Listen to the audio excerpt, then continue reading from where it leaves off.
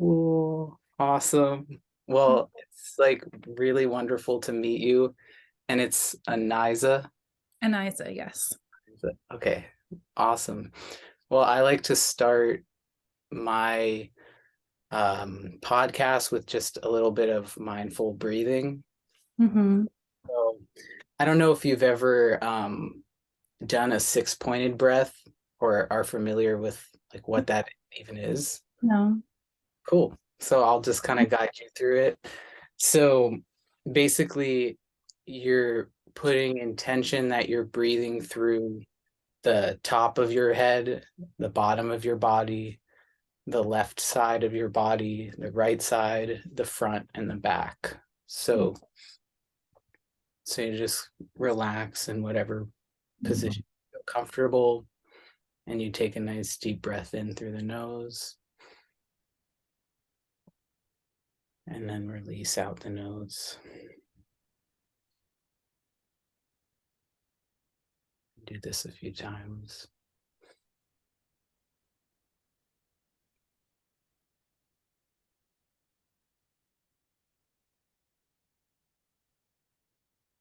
Breathe in.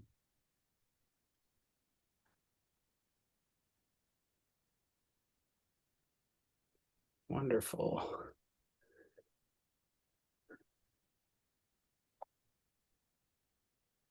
Yeah, whenever you feel called or ready to come back, Thank you for that you're welcome. shape. That's Yeah. Mhm. Is that how you kind of felt after Mhm. like shape?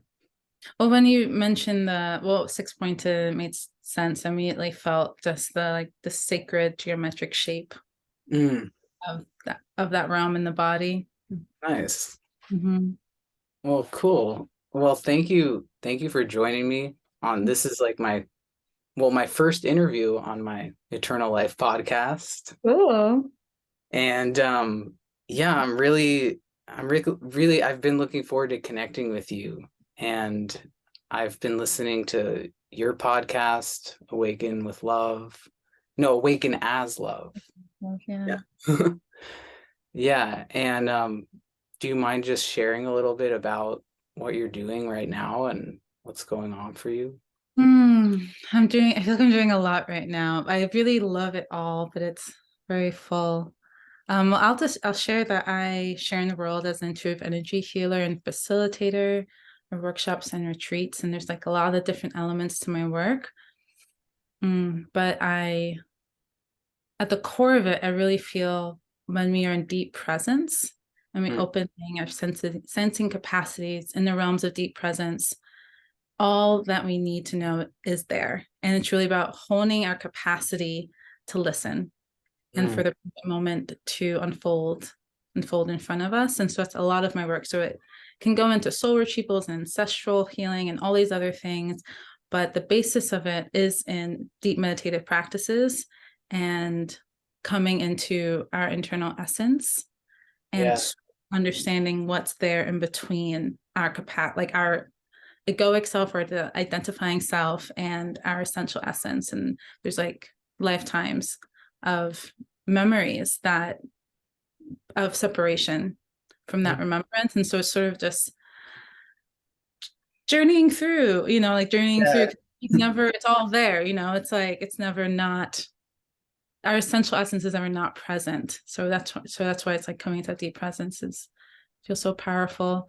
And yeah, I have a podcast, as you said, Awaken as Love, where I talk about things like this and just have conversations, conscious conversations about consciousness. Yeah. Yeah. Yeah. No, I Yeah. love that. I totally feel that. I was listening because I listened back to like some of your like first podcasts, which were Mm. probably, well, I feel like it was like a year ago. So maybe they weren't your first ones, but early like ones that were a different time from where you are right now. Yeah, they were in 2021. I didn't do the podcast 2022 last Okay. year. Okay. Yeah, those ones. Mhm. Um, are not a I believe it was in your podcast where you said it was like there's no past selves, there's like parallel. Yeah. Yeah, that was one of the things you said where I was like, ooh. And yeah, no, I just like I really relate because like the 2021 ones, I felt like it was that concept of like how do you share yourself? Like Mm, how do you share all of this stuff because it is so there's so much happening mm, to share through.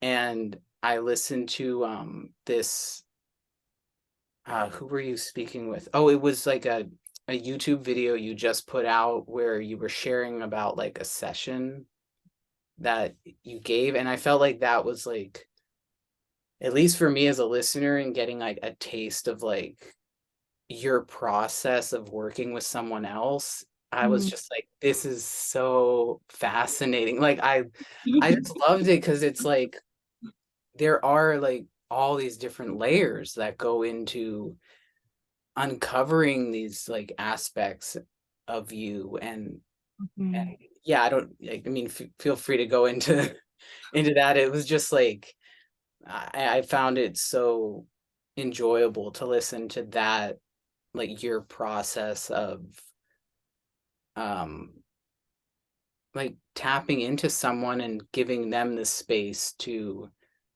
really reveal all of the truth behind different emotions or processes with themselves.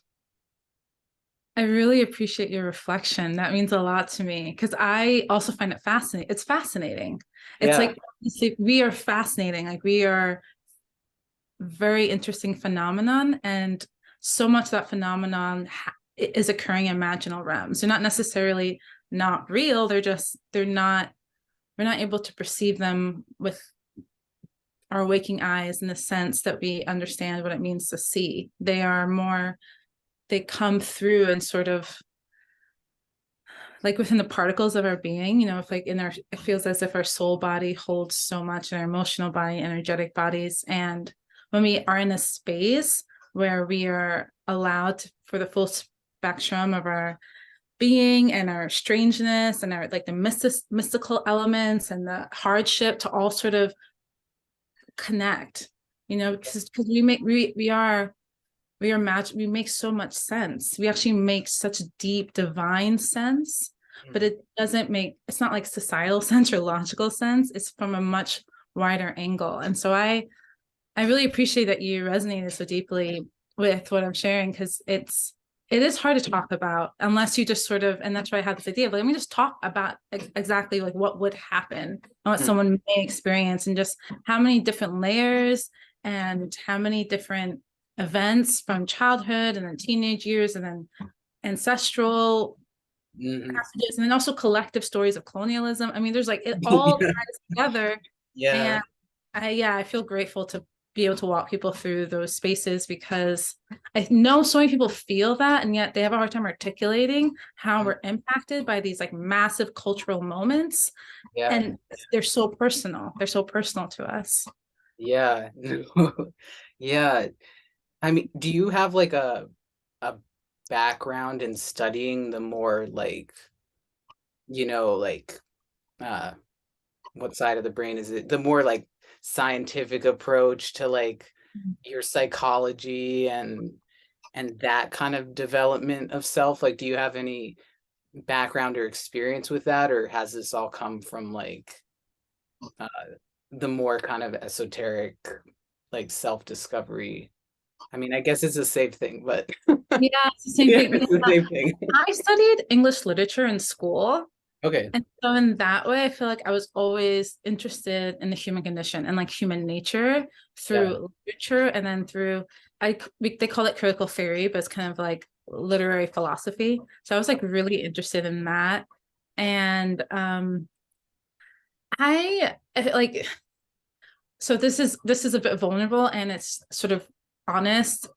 A few years ago, I opened the Akashic Records, and I don't Okay. really access. Do you know what the Akashic Records are?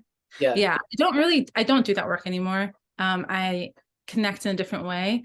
But when that happened to me, my brain changed. Like that, my brain really changed. And I just Yeah. had access to information and like way and understanding and ways of putting words that I didn't study, that I just knew.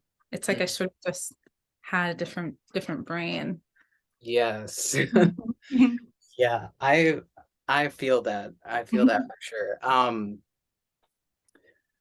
Yeah, no, because like, yeah, no, at least within my journey at some point it was like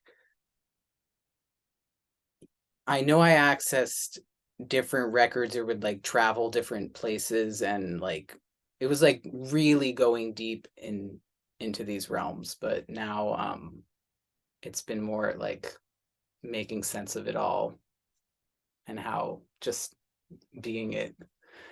Um I took down some notes because I had things I wanted to ask you or just things that sparked when I was listening. Um,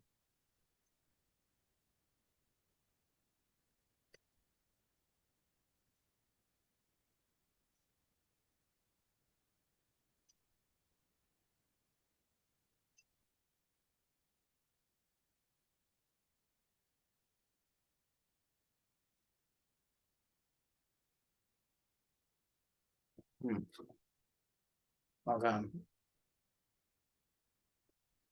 So I'm like looking at all these notes and I'm like, because this is the first time I'm like speaking with someone else and like facilitating this.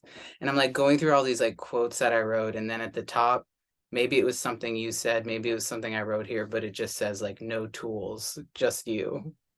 Mm, And I don't know, I feel like that I kind of just got in a moment that I at least felt was like reflected in the process you were teaching and with my own journey, where it's like there's so many parts of this that can feel like at sometimes like nothing makes sense or it's so confusing. There's so many things going on. Who do you listen to? How do I show myself? Like a lot of that, but like really coming back to just like this is like you and your experience. And this is something that like I advocate for is just how you're the technology, like you're that book of records, you're um the experience that you have through reflections of others, through your dream space, through your knowing, your ancestors, your DNA, like all of that is it's just all you. yeah. Absolutely. I mean, it's in part why I no longer work with the Akashic records, because I was like sourcing my information and wisdom externally for myself. And also these words are kind of paradoxical or porous because what's inside, what's outside. And some in many ways it's all inside. But then Yeah. there's also this way, because we're in this frequency of the earth, there's also we are in a sense of separation, which doesn't have to necessarily be whatever connotation you may have with it, there is a element of it being true. And so there was a way I was like leaving my own source, my own wisdom, and sourcing that through somewhere else. And it was actually the Council of the Akasha that for a few different reasons told me to no longer work with them. And what that invited me into is a deeper connection with my own wisdom and my own, and like being able to source through myself, but also from the field of our soul, like and it's like the meeting of, so when I work with someone or even when I bring in a concept, there's a seemingly two, and but then there's a one, which is like the third space, and the space we meet, which is infinitely intelligent. And like all these spaces are infinitely intelligent, there's so much information within them, but it's more sourcing through our body, our physical body, but then the energy that's holding our physical body is within our physical body, and trusting. I call it the soul field, and sort of Mm. tuning in and reading aspects of the soul field. Yeah, I love that. The soul field. Mm-hmm. So like what is like a what is like a day like for you? Ah. You know, like what's like your what's a day like? I Yeah. I would like to know. Well, I do work quite a lot, but it's like I am my work. So when I wake up, I I have a really, especially the last few months, I've had a very detailed dream space, like extremely detailed and very informative. So I spend a lot of time in that liminal space, uh, understanding my dreams, like what I need to receive from them. Then I meditate, and then so all the things I bring to life, like my work, my retreats, I connect with the energy of them, like also the soul field of these visions. Is that your side or my side? No, I'm on do not disturb. So do you hear that sound? It's not my phone.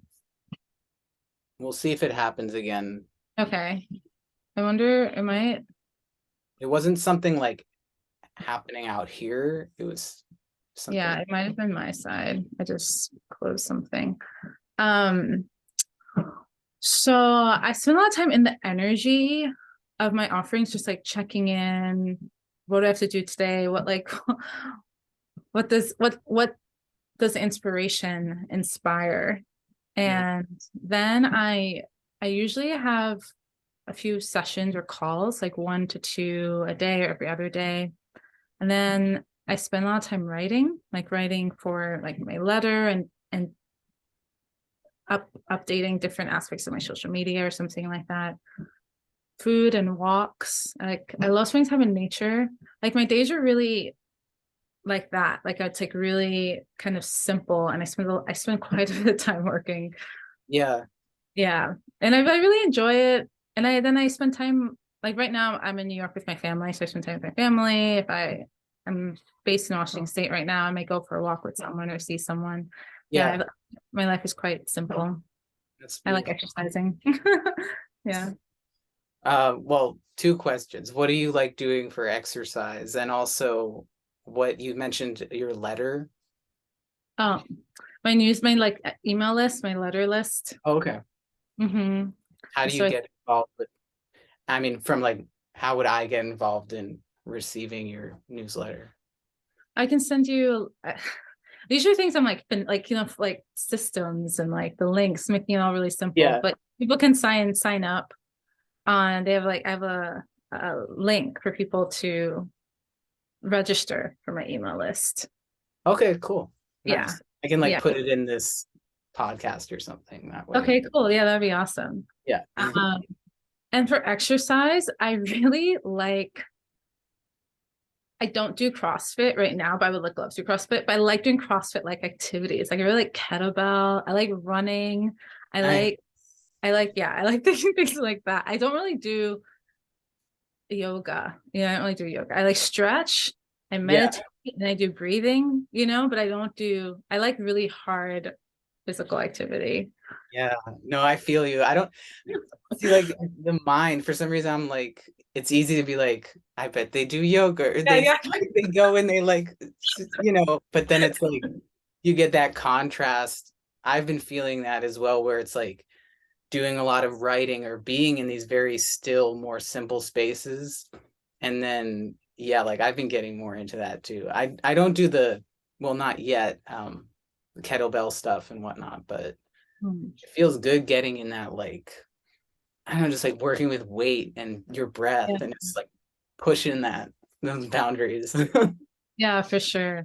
And I mean, I grew up doing sports, and there's a part Okay, of me that just really loves like really hard physical activity. Yeah. nice.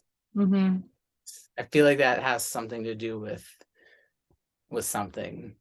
I'm sure. Yeah. Yeah. Or maybe Actually, we're just from a similar place because I feel that. human design. Yeah. So apparently, if you have a defined root, I'm not sure what they're called, but I have this defined bottom center. And I read somewhere that people with that defined like physical activity. Oh, I'll look into that. That's defined a defined root. Okay. I think it's called root. It's the bottom energy center. It's the bottom space. Nice. Yeah, I'll have to do it again. I know I did a human design thing but it was like a little bit ago and I didn't go into too much detail with it, so it'll come back. Yeah. It's cool. And you so you grew up out in the New York area, Brooklyn, New York. Brooklyn, and what like brought you out? You live in Washington area now though, right? Or what journeyed you there? Yes. Well, I've been nomading or traveling outside the country for most of the last 9 years.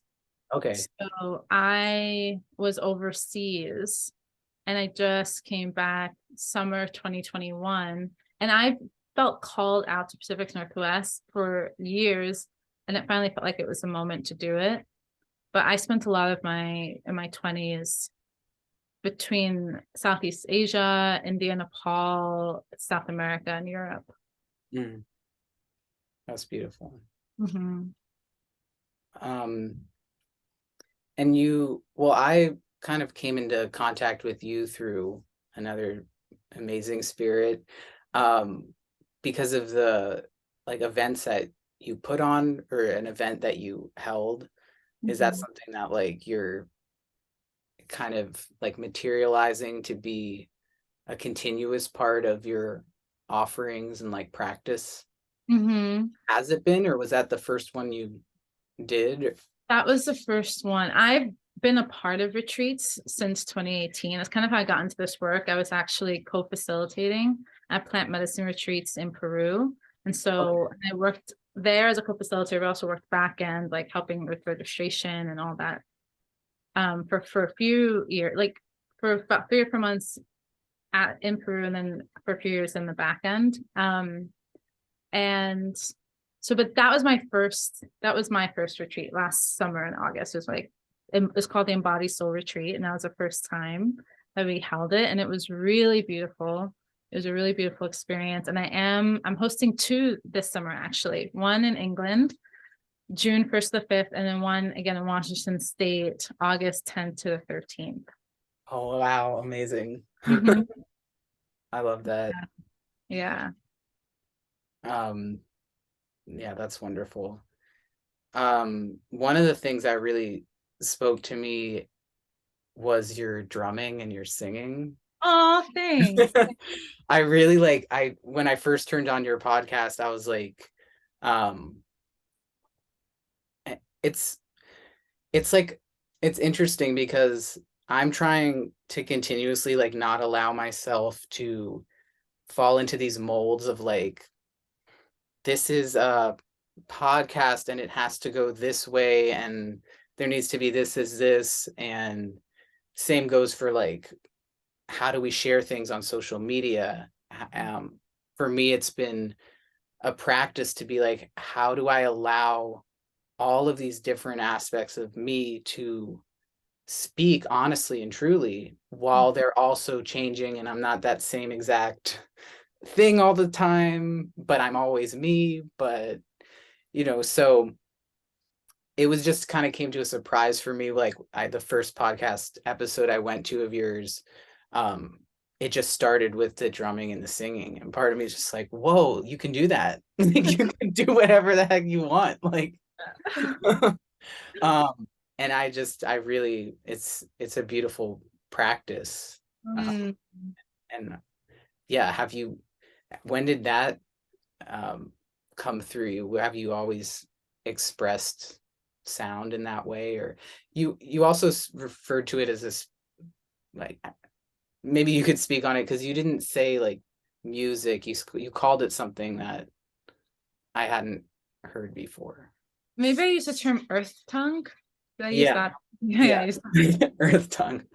Yeah, because I feel like, people say light language, Yeah, like the language of stars, but I feel like I call it like earth tongue feels like to me like the languages that have from the soils of the earth.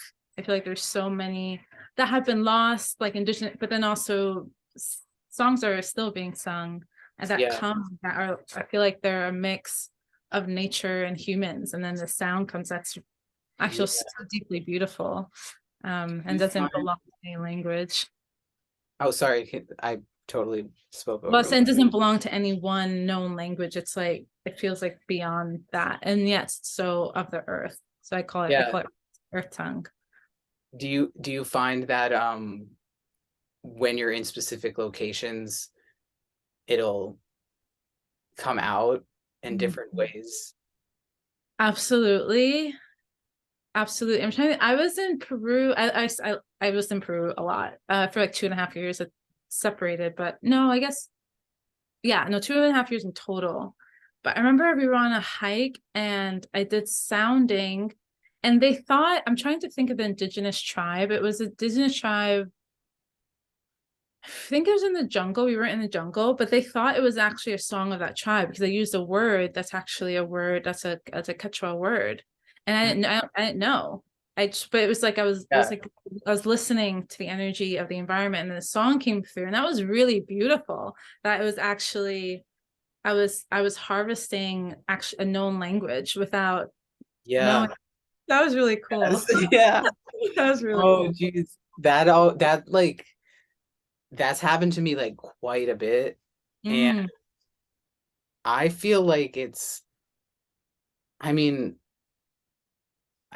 I've just felt like it's something to do with, I mean, maybe I know the past or parallel lives or aspects, or I just feel like I like everyone, if you can tap into that energy, feel it's just there. It's almost just it's there. Like that's what I mean to say. It's like it's not like yeah. I'm special because I can go there and sing it. It's just more like it's there.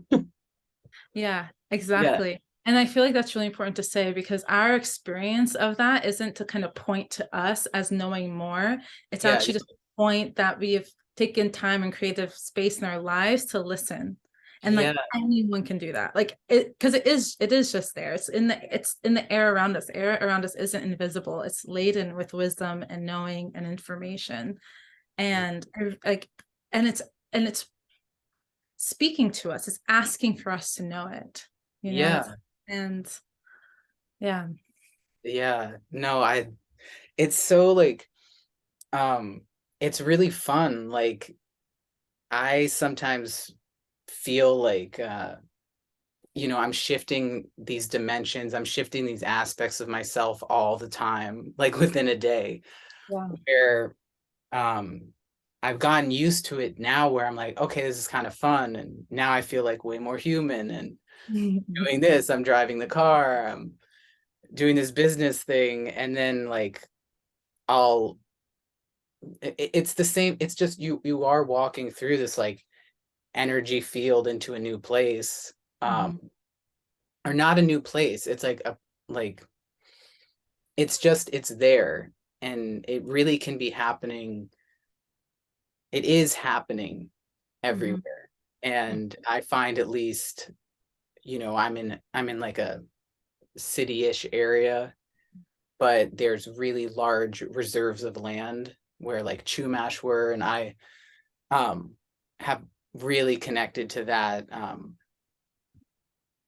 I just connect. I'm trying to watch what I'm saying just because it's almost like it's easy to be like, I connect to that native way of living or like speak about it like it's something that was far away. But Mhm. I know that I've always just um, tuned into the earth here. So Mhm. I'm just like here with that energy, just Mhm. as perhaps those who we would call like the Native Americans who used to live here tuned into it. It's Mhm. like, well, I'm just tuning into this energy. Mhm. And And are it's, still living here and tuning into it, you yeah, know? And and I mean, yes, and we are all indigenous. I mean, I feel like yeah, we're all indigenous and we all have access to that remembrance that's like in the earth. mhm, And it's been systematically cut our roots, but it doesn't mean they're gone or they're not like growing towards repair.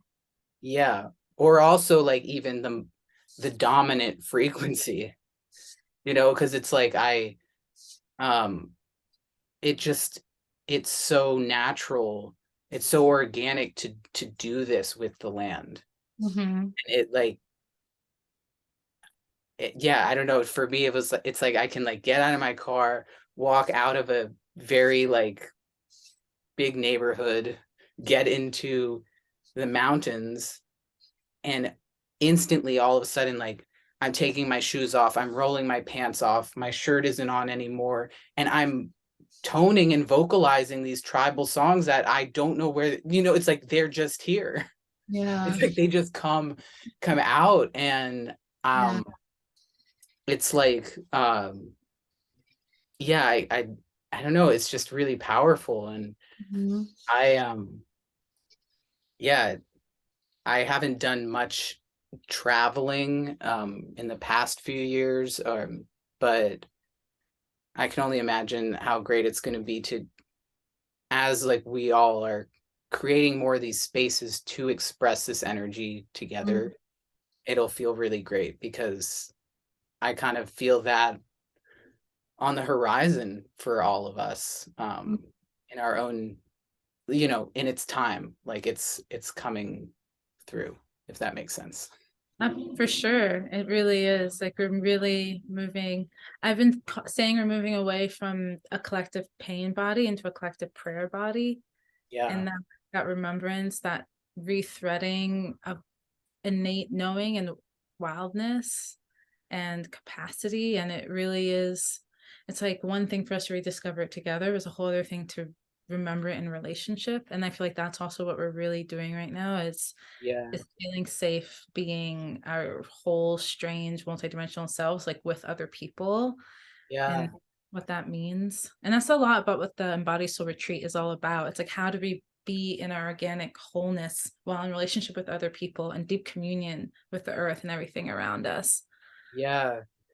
Yeah. Because I feel, I mean, I know within myself, like there's even like on this call, it's like there's this like there's a lot that comes up in the external world. Mm, Not that I'm like stopping my heart from being, but there's just a way of being in your full embodiment that um I'm not doing my full embodiment in the grocery store. Like, yeah. and it's I find how can I like embody to a certain level of my frequency, but Mm, while being mindful of like everything else going on around me in my day. really. But um but that's really like I'd love to go to one of your Mhm. retreats because it's like having that sacred space to just like Yeah. no hold back. There's not, it's like it Yeah. like I've experienced like that in little retreats I've been to, but those have always kind of been more tied into like some deep healing for myself, Mm, which I guess is ongoing, but I do feel that sense of like celebration where it's like, let's just like go in the forest and this and get to like really, really do this together. So right. that's so amazing. Yeah, I appreciate you naming that because that's exactly it. And then it's sort of, so the premise of the retreat is held and we begin in wholeness. We begin in our power. Well, a lot of things we do, and I still do this work with people. It's like you begin with the pain and you begin with what needs to heal. What if we begin with being healed? Because that's an area that we really need to explore. Okay, great. We're all moving towards this enlightenment, this remembrance, but how do we be together? What does it even mean to be together? And the thing is also, it's like, well, how do we even do that? So Yeah. even that, even the premise is still sort of an attempt because we're going to come and challenges are going to come up and pains are going to come up and all this stuff came out. So it happened last year. And it's really being in spaces that slow down and can attend with Mm, courage and grace to like what's present and the challenges of being our whole selves and community. And like just having the intention being that, because there's this Rumi poem that I quote all the time, and it's a part of the Embodied Soul Retreat. Maybe you've heard of it. There's a field beyond wrongdoing and right doing, where mm, in the words each other doesn't make any sense. And I'll meet you there.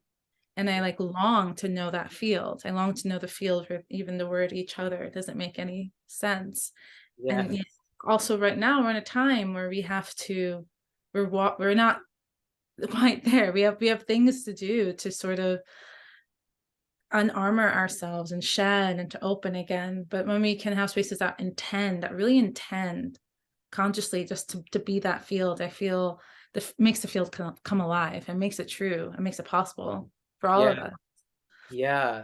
And it's like we can dip in and like be like, cool, let's, because I've felt that too, where it's like there's a part of me that's just like, I'm so done with all this stuff. Why aren't we, doing this and just our identities don't matter so much, like that kind of thing. But like I even know for myself, it's like, well, that's a lot to all of a sudden go into. Like that's like a lot, Yeah. a lot of energy. Like that's a process. And um yeah, I feel like right now it's like I feel like I have so much service to provide to a lot of people in different spaces of their journey, and while at the same time jumping in more and more to like these spaces of Mm-hmm. full empowerment and these powerful times to like just connect and be ourselves. And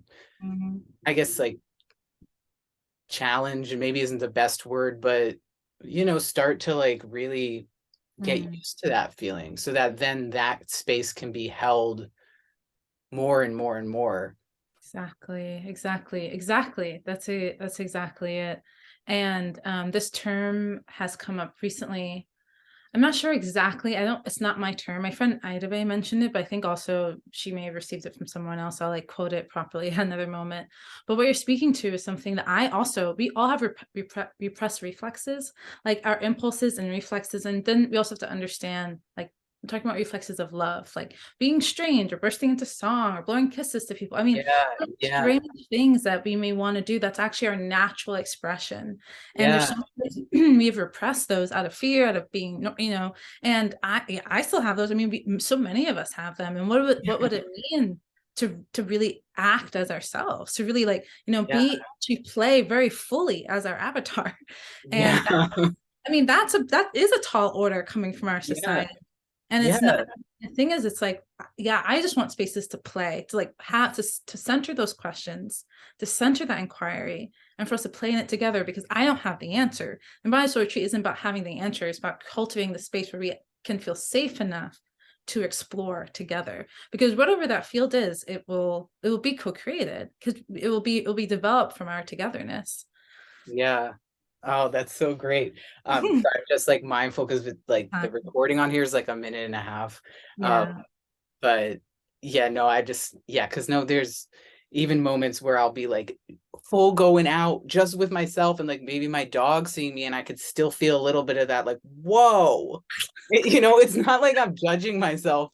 It's just more like I'm like, whoa, like what just came through you? Yeah. I'm so glad you're letting it come through you. Um, but oh, that's so wonderful. Like that, what a place to like be witnessed and to feel it now and everything. And um, yeah, I'm just like so grateful that you shared this space and this time with me and we were able to connect. And um, I'll be sure to share, all the stuff going on that you have in the future. And if you have any last kind of little words to share. I'll just say we have less than a minute. So I'll just say, be gentle with yourself. We're all in this together. And there's like infinite love supporting us. Like this infinite field of intelligence, like, is infinitely loving. And that's not just something to say, it's something to feel. Yeah. Beautiful. Thank you so much. So much love to you, and Thank you. You too. I'll be seeing you soon for sure.